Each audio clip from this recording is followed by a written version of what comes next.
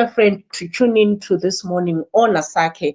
I look forward to insightful conversations on governance, current affairs, and stories shaping Zimbabwe.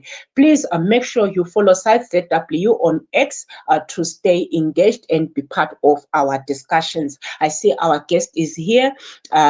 Peter, please do accept the invite so that we get on with today's topic. Today, our topic is stairways in Zimbabwe, are they effective? And our guest is a political commentator and a trade unionist, Peter Mutasa. He is a former president of the Zimbabwe Congress of Trade Unions. He's the chairperson of Crisis in Zimbabwe Coalition and the general secretary of the Zimbabwe Banks and Allied Workers Union. So he'll be joining us. I've sent him the mic. Peter, if you can't see my request, please do request the mic on your end so that I accept you and we get on with today's topic.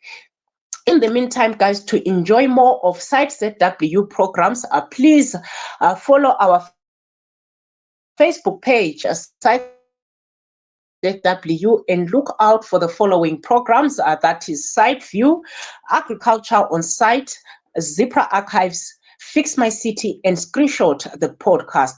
We also have Asake newsletters.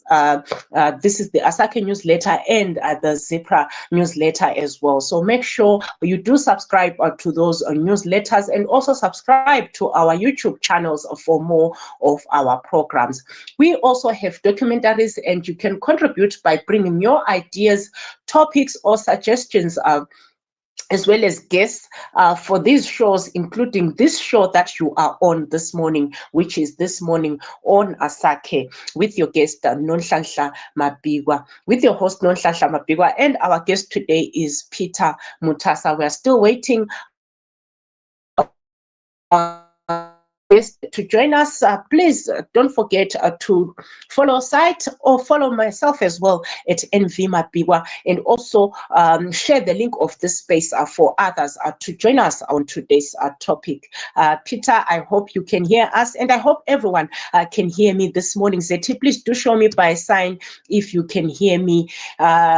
Edwin Madube, please do show me by high five or 100 if you can hear me this morning, so that we get on with today's topic. I see our guest has left the space. I hope you'll be rejoining and also requesting the mic so that we get on with today's topic. So, yeah. We wait and for our guests to join us this morning. But remember, guys, we'll be looking forward to hearing your contributions as well. We'll be looking forward to having you joining in this discussion as well through comments in the comment section or requesting the mic to ask our guest questions. As I said, our guest is a political commentator and he is also a trade unionist. So we're going to be talking broadly about stairways in Zimbabwe today, and he'll be guiding us through that and also helping us understand what has been happening with stairways in Zimbabwe, how effective have they been, and how have they affected, or how have they contributed to the struggles of Zimbabweans in general. So yeah, Peter, I see you are back. Please do accept the mic or request the mic this morning so that you get to share with us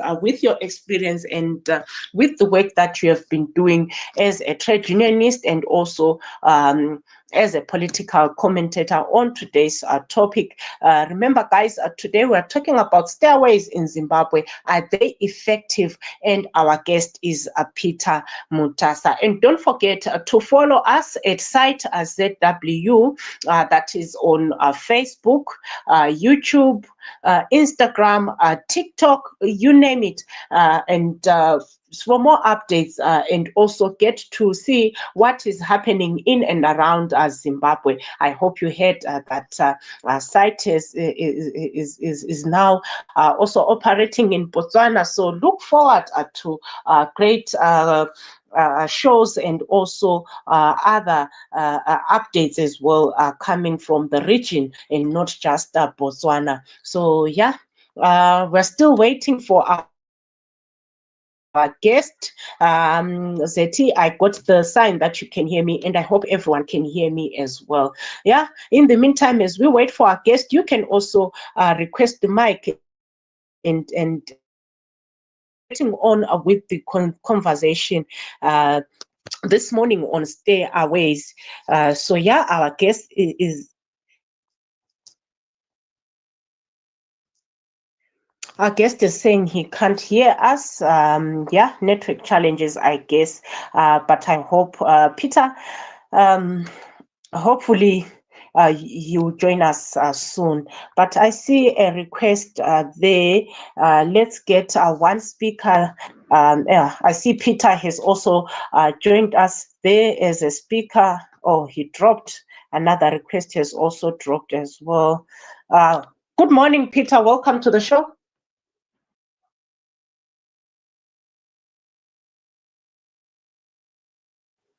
Okay, it looks like we can't get through to Peter yet. Ami, good morning. Good morning, how are you? I'm very well. What's your contribution to today's topic before we get to hear from our guest? Okay. Thank you very much for the opportunity.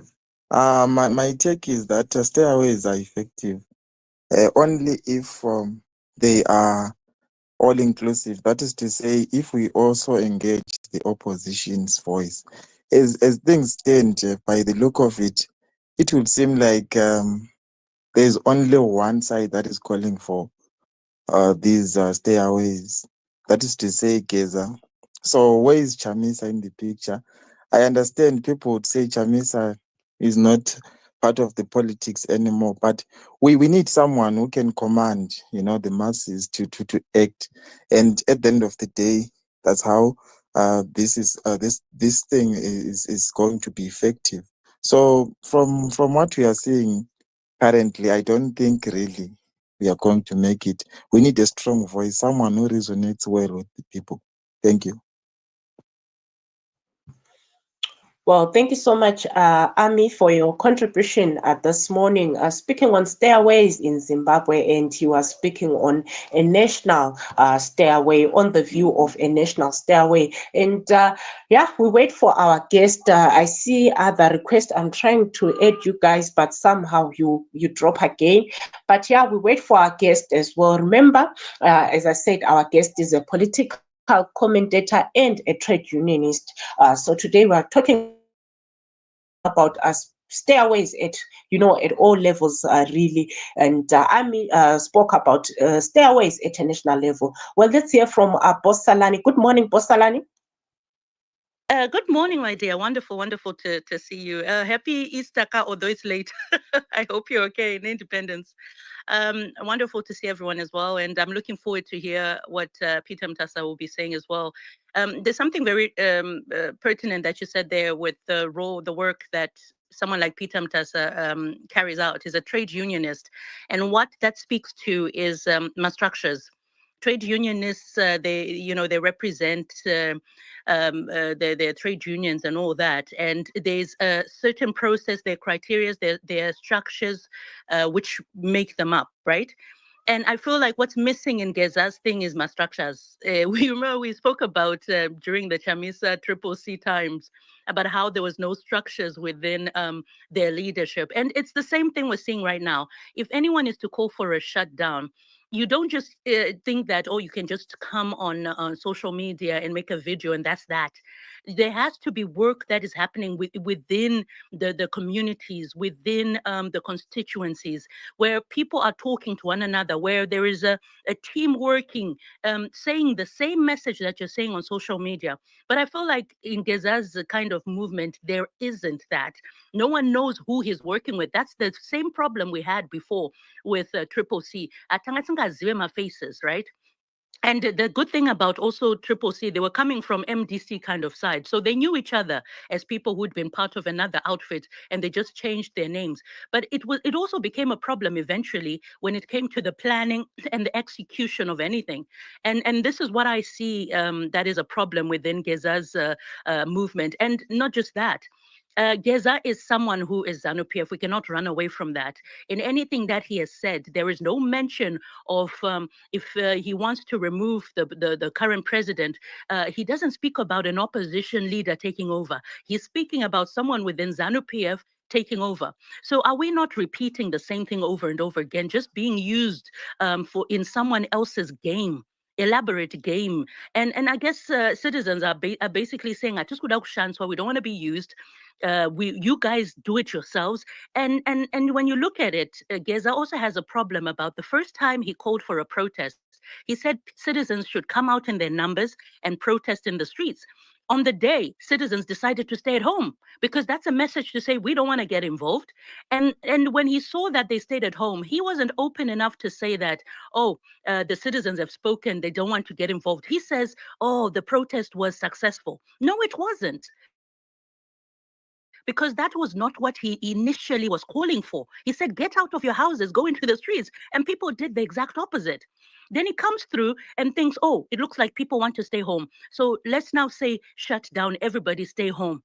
And then you're thinking to yourself, we're coming from an Easter holiday, right?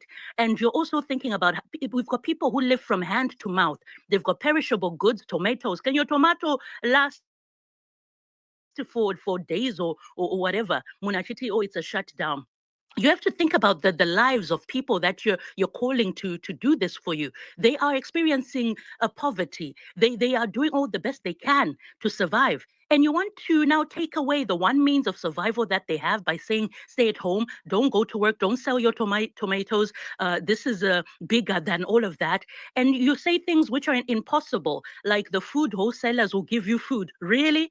And then you say the food wholesalers, when we get into a new government, it will reimburse you. Are you serious? So in other words, to anyone who's business minded, you know that there are the concerns here. Already you're being told that it's not a guarantee. So you are the one who's going to run a risk, not the one who's calling you to do this. And they're telling you to give food for free on the promise that a new government would then pay you back. What's to guarantee that new government?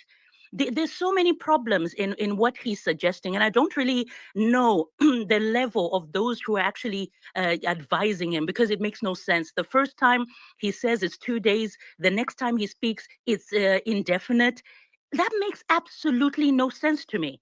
So when you talk about stayaways, because even Anapromise Mukwananzi, I think Vaitita Jamuka, they try to do this stay-at-home business. And I was so surprised when people decided to stay at home on Geza's first campaign for the protest.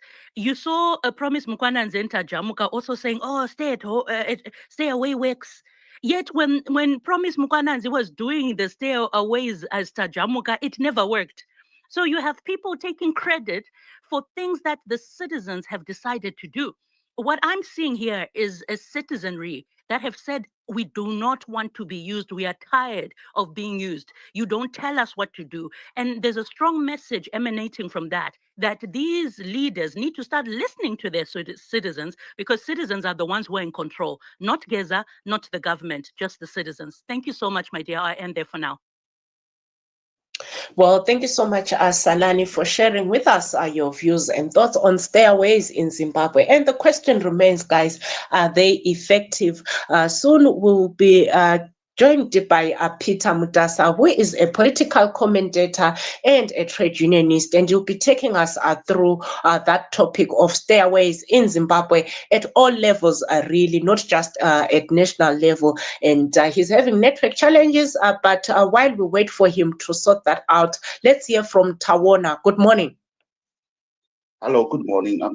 Thank you for having me.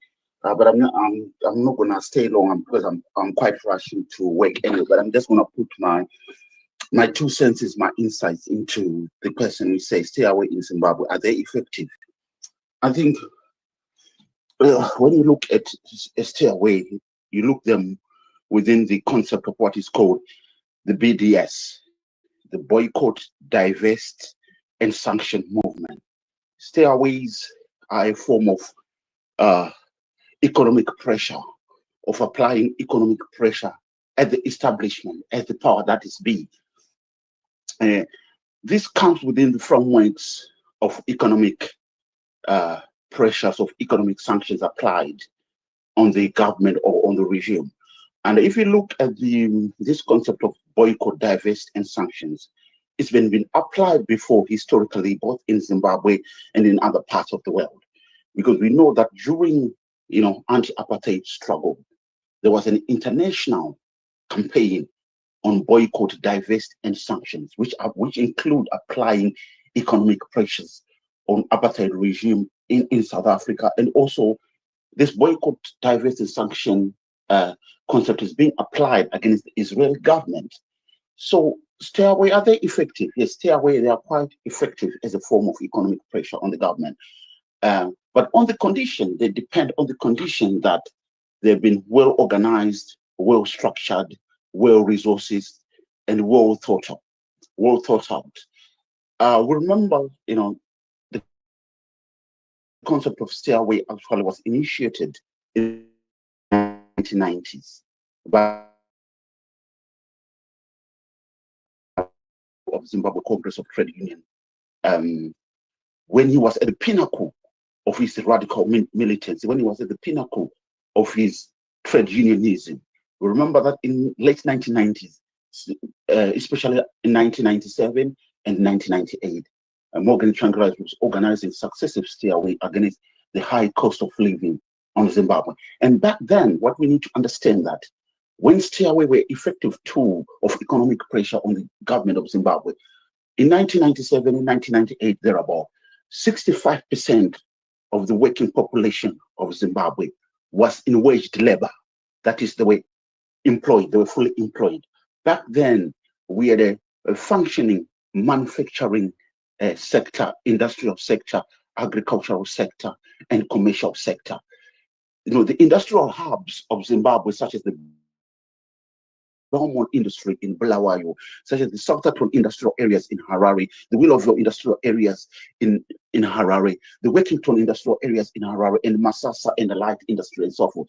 Those were the hub of industrial activities. Every morning, a child or anybody who grew up in Zimbabwe in the 1990s will be seeing a lot of people trekking, going into the industrial areas, working and so forth. So, but this is quite different dynamic in the current scenario, whereby there's a massive deindustrialization. So, which is what I'm saying, that it needs to be clearly thought up when someone is, propagating the stay away in this current economic circumstances, whereby 95% of the population is either underemployed or unemployed. And most of the economic activity in Zimbabwe have become so much informalized. And what it means is that most people in Zimbabwe is either where they live is where they work, because they're involved in informal sectors of, vending, maybe some of them are trading in the back of their boat cars. Some of them are involved in maybe in home industrial activities and such kind of that. So that impacts on a national level in terms of applying economic pressure on the ZANU-PF government. It becomes clearly, it can be what we call you doubt the very the success or the potence of such kind of strategy. Here where I have my misgivings with the Comrade Geza in terms when he said that we are going to have an indefinite stay away, and also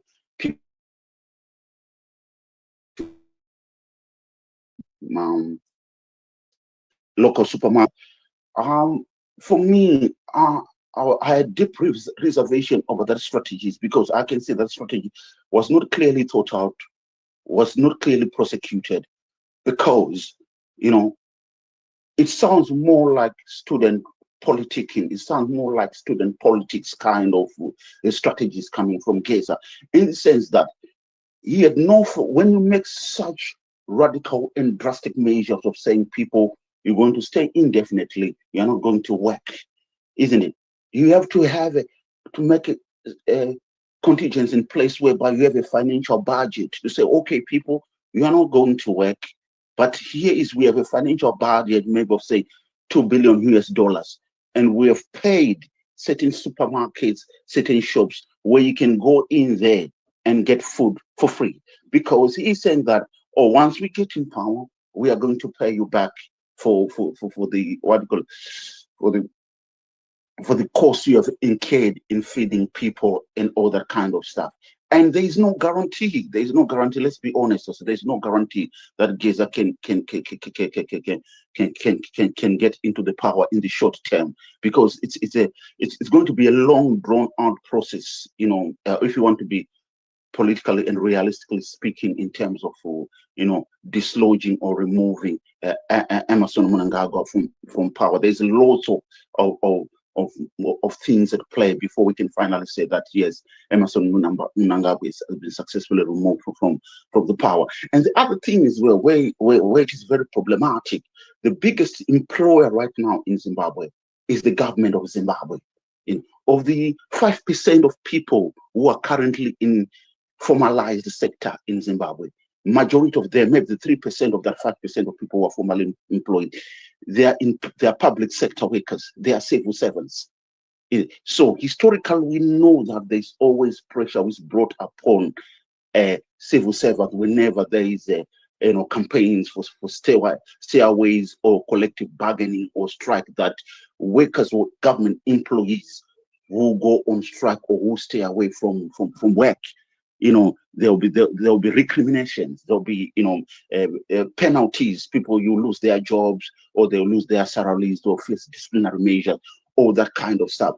So I think it was, for me, I think it was a very rushed decision, a poorly thought out decision by GEZA to call up a 2-day successive stay away, which was later on escalated to an indefinite stay away. What you should have done was to take a back seat, sit down, breathe, relax, and then strategize and clearly thought out and see how you can able to come up and formulate other counter-hegemonic strategies against the authoritarian regime of Emmerson Mnangagwa, rather than rushing down and announce that we're going to have 2 days stay away, and then we're going to escalate them into what do you call it, indefinite stayaways.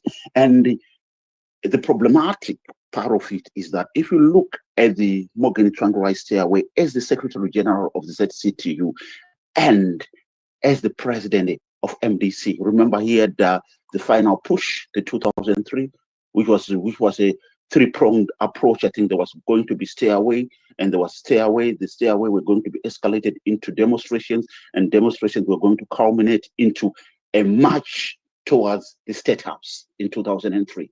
If you look at back then, Morgan Tsvangirai had an organization, he had a structure. He had the Zimbabwe Congress Trade of Unions. There were trade union alliances, there were workers' committees. There were structures. He had, boots on the ground. He had stormtroopers on the ground who were able to mobilize and organize people for him to carry out such mammoth task of crippling, the industrial sector of Zimbabwe with stayaways and so forth. Same as MDC. He had an organization. He had structure. He had parties, he had councillors, he had MPs, he had supporters, he had foot soldiers on the ground.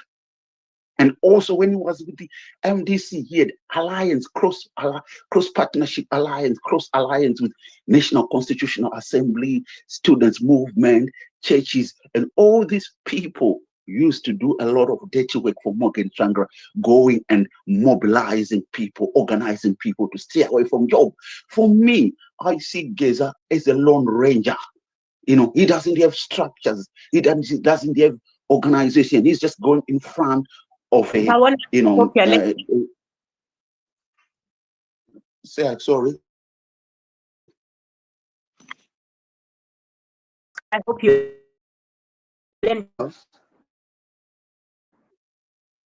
Yeah, I'm done. Okay.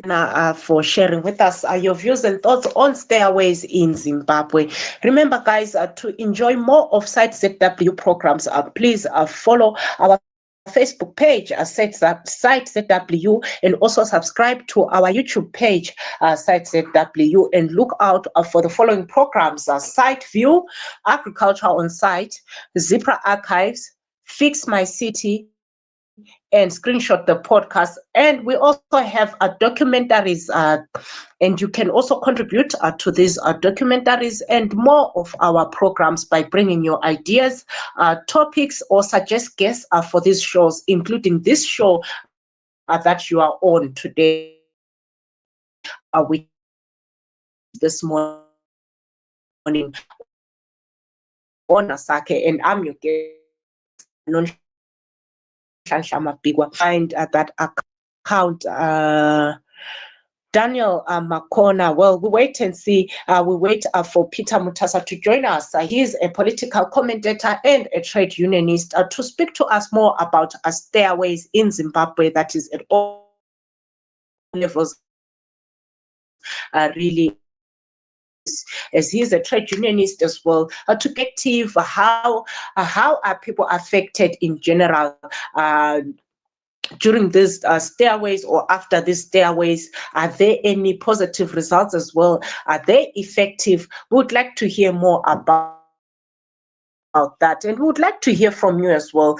Please do request the mic and share your views and thoughts, or share a comment in the comment section this morning. So yeah, we wait for you as well, and we'll get to hear more from our guest, Peter Mutasa. I hope he can hear me, and I hope you guys can hear me clearly this morning. Speaking about stairways in Zimbabwe, quite interesting that some of our guests have been, highlighting some of the stairways that have been done before and what has happened with those stairways. And Mutasa will be taking us through that as well, and even other stairways that we have not been as workers at national levels and so forth.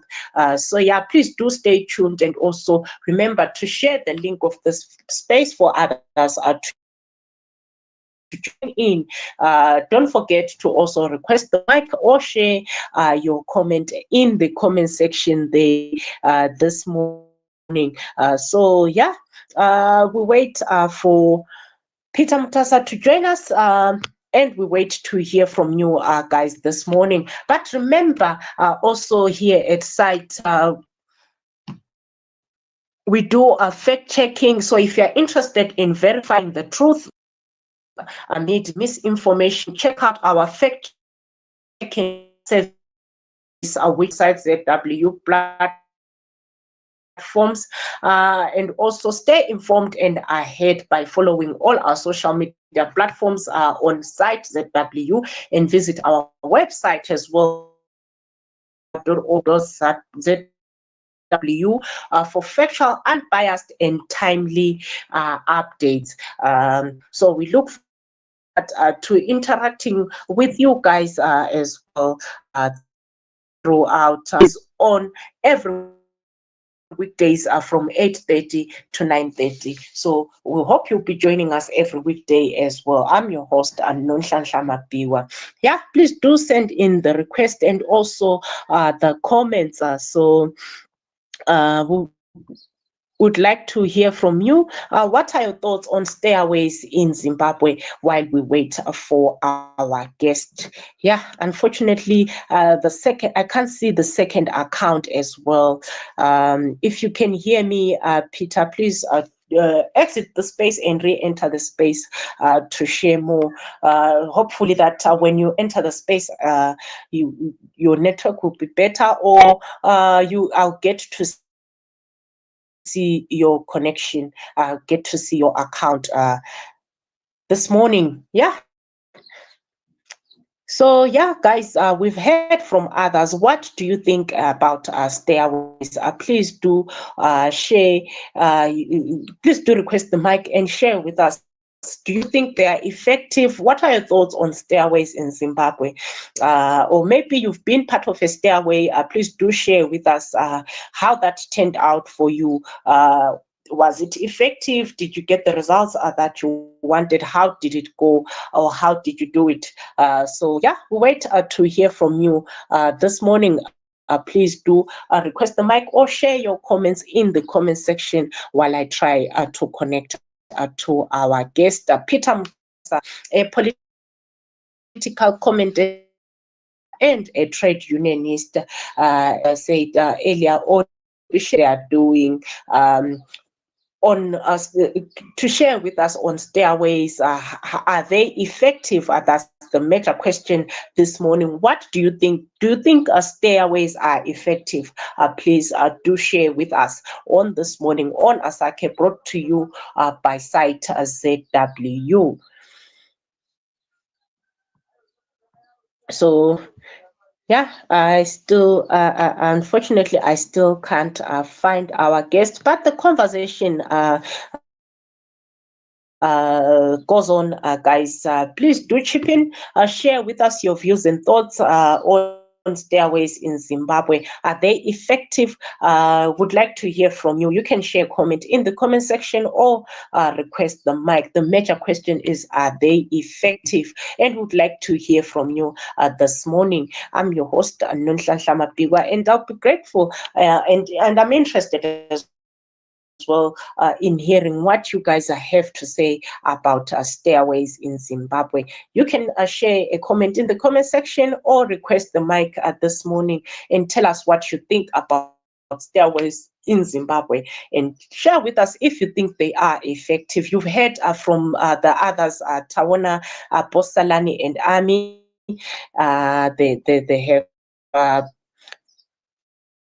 They have shared with us what they think.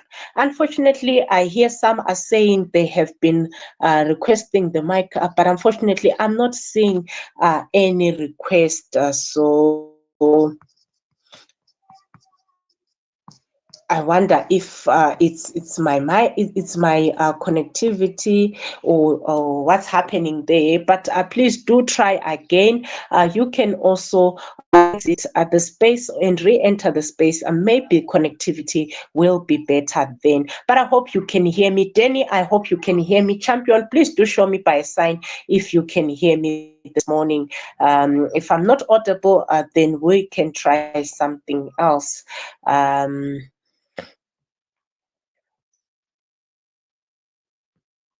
All right, I think let me do it this way. Maboko, please do accept my co-host invite, and I'm hoping that you'll be able to see the other request as well, because I'm seeing messages. I just need to do it this way. Maboko, please do accept.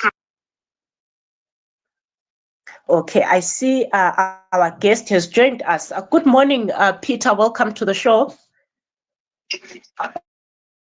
Hi, good morning. Welcome to the show. And please, let's get on to today's conversation by maybe starting by a background on stairways that we have had in an independent Zimbabwe. Right, so thank you very much, and I appreciate all the speakers who have spoken before me. I was hearing you, but I couldn't connect, so I don't know what was happening. But let's take it a bit beyond independent Zimbabwe. Yes, the name stairway became popular in the 90s from the actions of the Zimbabwe Congress of Trade Unions. But if I am to take a historical background approach, we should not forget the 1948 Rhodesian railway strike. That's the main strike that resembled a stairway, not given the name stairway, but with the effects. So in 1948, the National Railways workers, the black workers, had a huge strike. More than 10,000 railway workers, African railway workers, went on strike and brought the whole transport system to a standstill, which depended on railway. Almost all manufacturing, all industry, and everything in this country was dependent on the national railway. Although this was largely spontaneous, but it was a well-coordinated strike by the African workers, and that brought the the country to a standstill. This has got a big impact on our analysis of stairways today. The first point being that for a stairway to be successful, it has to trace its roots to the people who can bring the country to a standstill, the workers. So there cannot be a successful stairway without the workers. You need the working class to buy in, and not just to buy in. You need the working class to lead, and this requires us to be very clear in terms of why we are going on a stairway, and what is the objective that you are looking at. So from as far back as 1948, it was always a dual struggle. A struggle against poor working conditions, economic oppression, but the economic exploitation, but also a struggle against political repression. So in almost all the stairways that we've witnessed, those two grievances have always been outstanding and very clear. So I don't think you can possibly have a successful stairway focusing on political repression only without linking it to economic exploitation. So from well back 1948, the working class has always been fighting a dual struggle, a struggle against what we now term neoliberalism or economic exploitation, but also fascism and dictatorship and also colonial rule. So this was the main ingredient, but it originated from the workplace. That's the first thing that we need to take into account. Then if you speed it faster to 1980, 1981, you can also see the same trend, the same pattern. But before 1980, we saw that there's been more nationalist build up, and that again coming from the trade unions, Joshua Nkomo, Sipas, and others, Kumbirai Kangai, who became the nucleus of the nationalist struggle. The majority of them came from the trade union. Even Robert Mugabe was at one point attempted to be a trade unionist. It's always a debate, but the nucleus of the nationalist struggle emanated from the factory, from the workplace. And again, any successful strike or any successful struggle against political oppression in this country has always been linked to the factory. So if you then go into the liberation struggle, the ideology that was supposed to be leading and the ideology that brought in the liberation war has always been the working class. But we saw how it was diluted. You can always look at the Washandi struggles and the main rebellions in the struggles within the struggle against ideological neutralization of the working class ideology. But then come to 1980, you can also see that it didn't started with stairways, with massive stairways. It started with spontaneous, what some call wildcat strikes at workplaces. Such Konye says there were around 230 strikes in 1980. And Dr. Kanyenze says that there were over 400, with 172,000 hours of work lost during that short period. And what has been the causes and what has been the reasons? Again, you can trace that to the two critical issues that the working class has been fighting over in 1948, which had now come back into 1980. The struggle against economic oppression, exploitation, and also political repression. So what we saw was that the independent Zimbabwe had inherited the colonial industrial relations. And the working class was very clear that we needed to continue with the strike to fight against the dual struggle against exploitation and repression. So it has always been in the workplace, in the factory.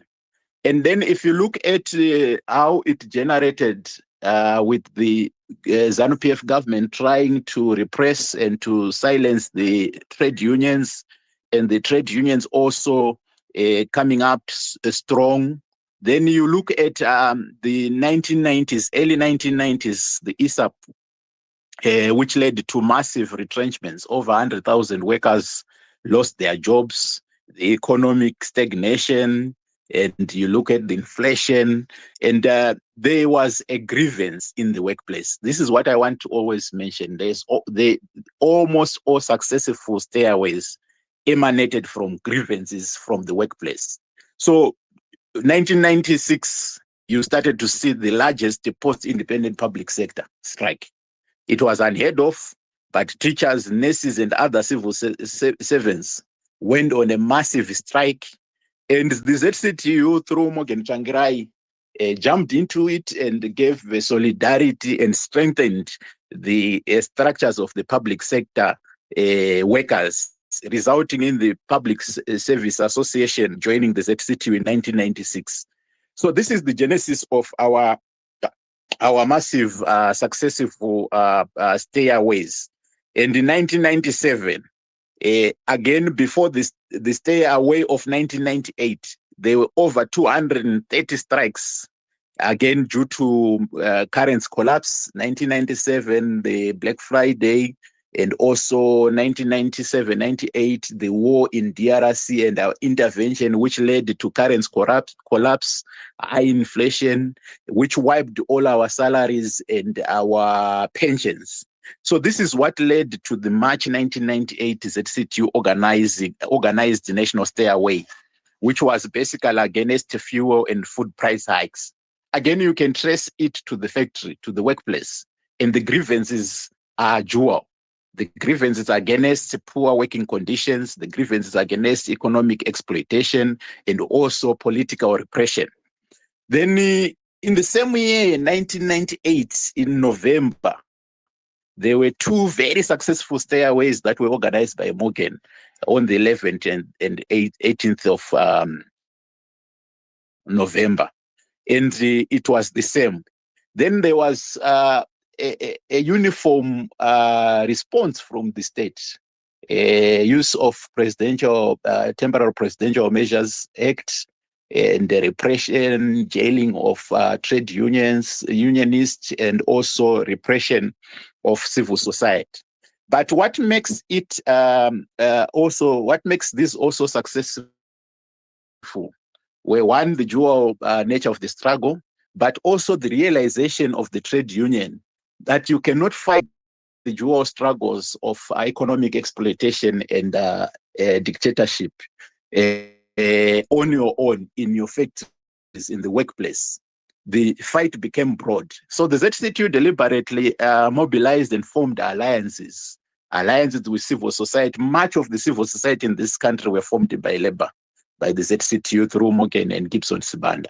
So we had the power to call for stairways because we were rooted in the communities. Before a stairway, the 1998 stairways, we had what we termed labor forums. We would go to community halls, and Morgan, Gibson, and the other trade unionist heroes and heroines of our time, of that time, would go and address not only workers, but also citizens in their community setups. They addressed the issues. The issues were very clear. There was clarity of thought. There was a clear ideology. There were clear structures, and it was clear what we aimed to achieve. And that has always been the case even in 2019. The labor movement had issues with the fuel price hikes, but we agreed that we cannot go alone. And we invited all civil society, and eventually it was this flag and ZCTU that came to the meeting to call for that. But we had invited everyone. So stairways work. They can still work now because the grievances are still the same. But for it to work, it has to have a clear leadership that is rooted in the trade union movement, that is rooted in communities, that is rooted in the community-based organizations. I don't think there's a stairway that can work which is not rooted in the working class, because at the end of the day, the workers have to agree to take the risk not to report for work and face dismissals. As you have seen, the Public Service Commission has already threatened all public sector workers. So there must be some dialogue, there must be some encouragement, there must be some agreement within the working class that we are going into this and will accept the consequences. So I think it's still possible, very possible, despite the fact that workers' density has depleted. We now have many people unemployed. It's not about numbers, as we can see from the 1948, 10,000 railway workers managed to mobilize everyone, including encouraging and motivating people to join the liberation struggle. It is about the planning. It is about the leadership. It is about the clarity of issues that we are fighting for. And there has to always be dual, linked to the livelihoods of the people and also fighting against political repression. So those are my takeaway, and I'll be willing to discuss with colleagues on what they think about that. Thank you. Well, thank you so much, Peter, for that presentation this morning. Allow me to take other guests. Welcome, Sipo. What's your contribution? What's your take on stairways in Zimbabwe? Are they effective?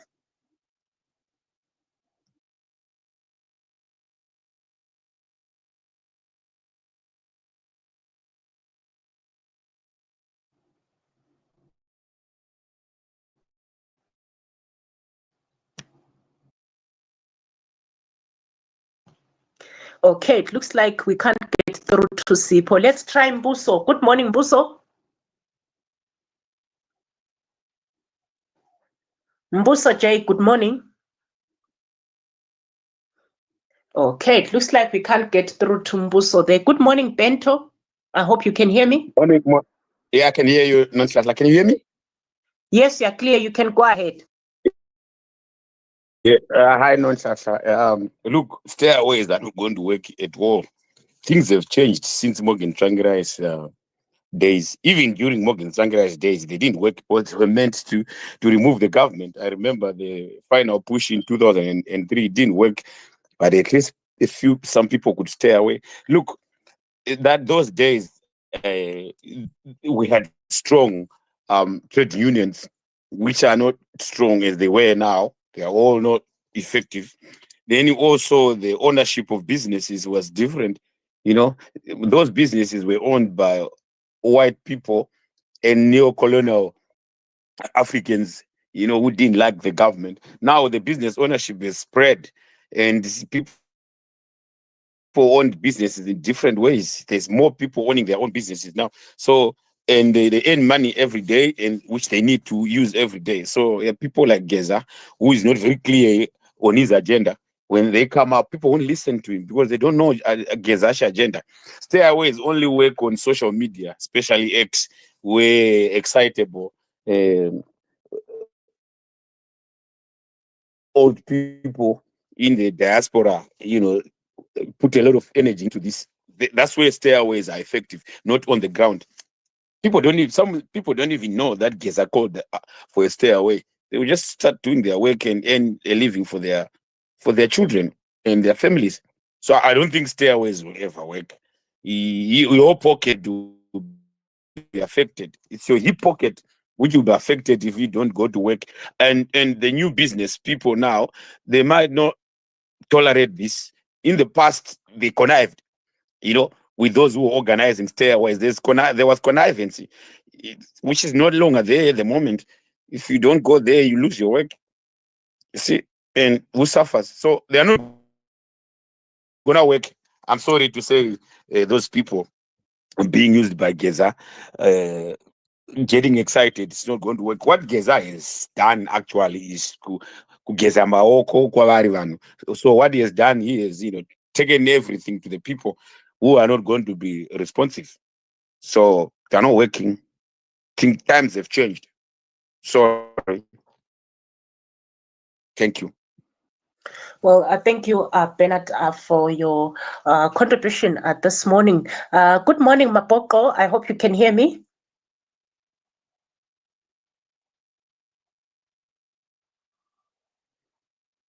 Okay, it looks like Mapoko can't hear me. Bento, can you please tell Sipo to speak? Maybe they can hear you. Sipo, can you speak? Not that I can hear you. Are you able to speak? Probably your mic is muted. Can you hear me, Sipo? No, I can't. Okay, well, it looks like Sipo can't hear us there. Peter, you can go ahead and maybe comment on Bento's submission.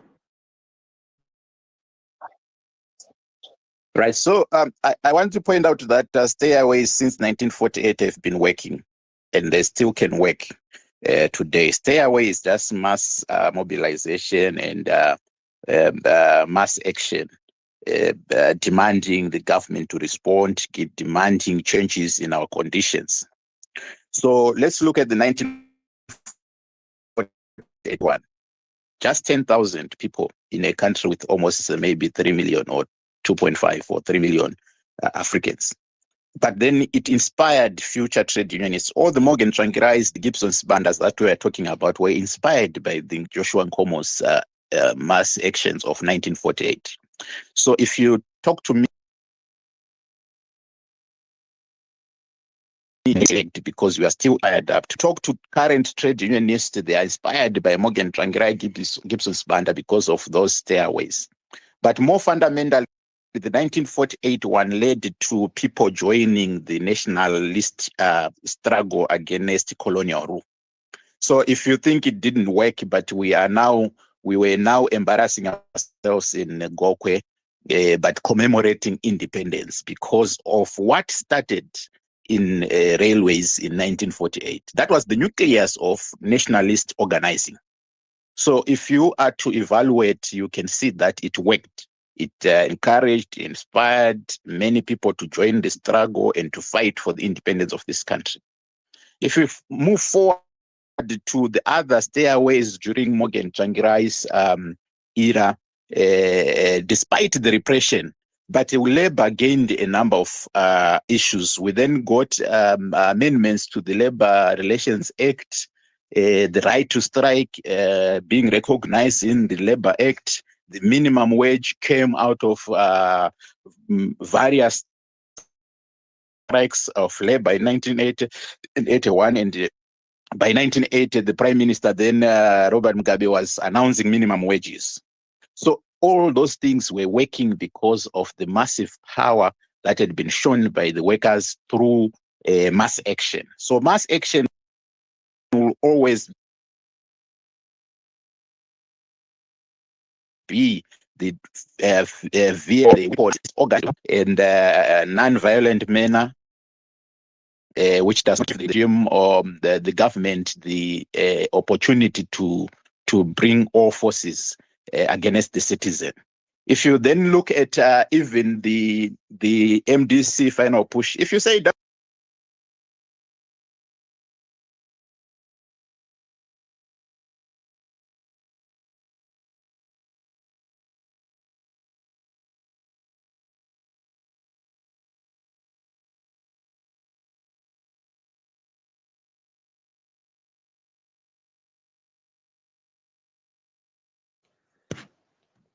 Yeah, I have lost you there, Peter.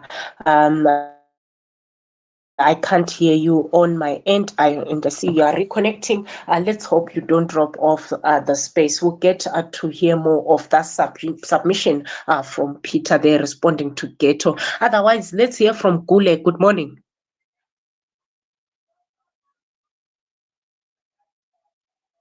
Gule, good morning.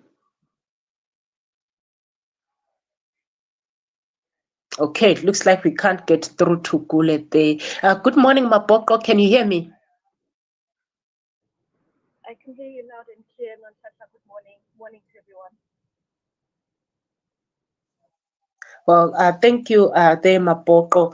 Yeah, unfortunately, I somehow can't add you as a co-host as well, and I'm not seeing requests on my end. I'll try and work on that.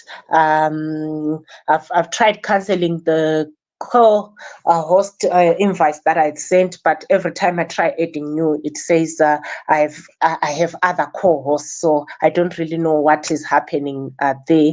But let's try and invite Peter again to join us. I see he's back on the space. Peter, please do accept the mic there. Gule, good morning. I hope you can hear me. Please do go ahead with your contribution.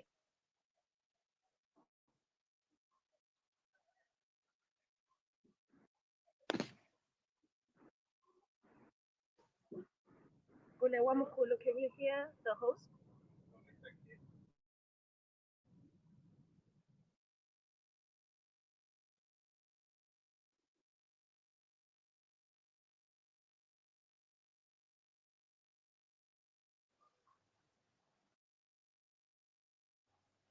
Unfortunately, I can't hear Gule Maboko. Can you hear them speaking? No, they're not speaking. But Nonchansha, if I can add a comment based on what Upita was saying.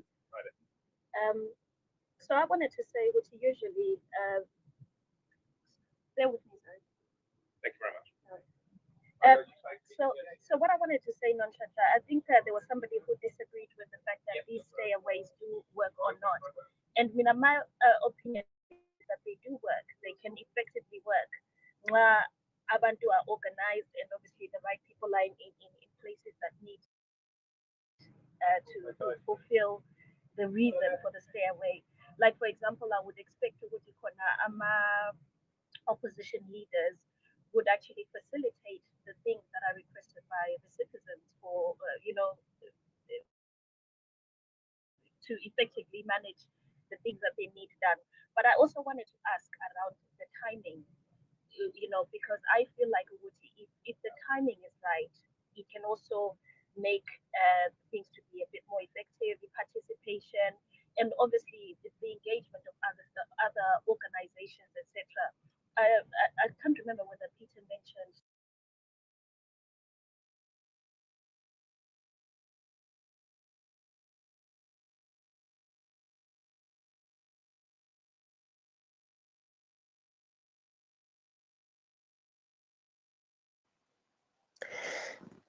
Yeah, and I have lost you as well, Maboko. There, yeah, looks like network is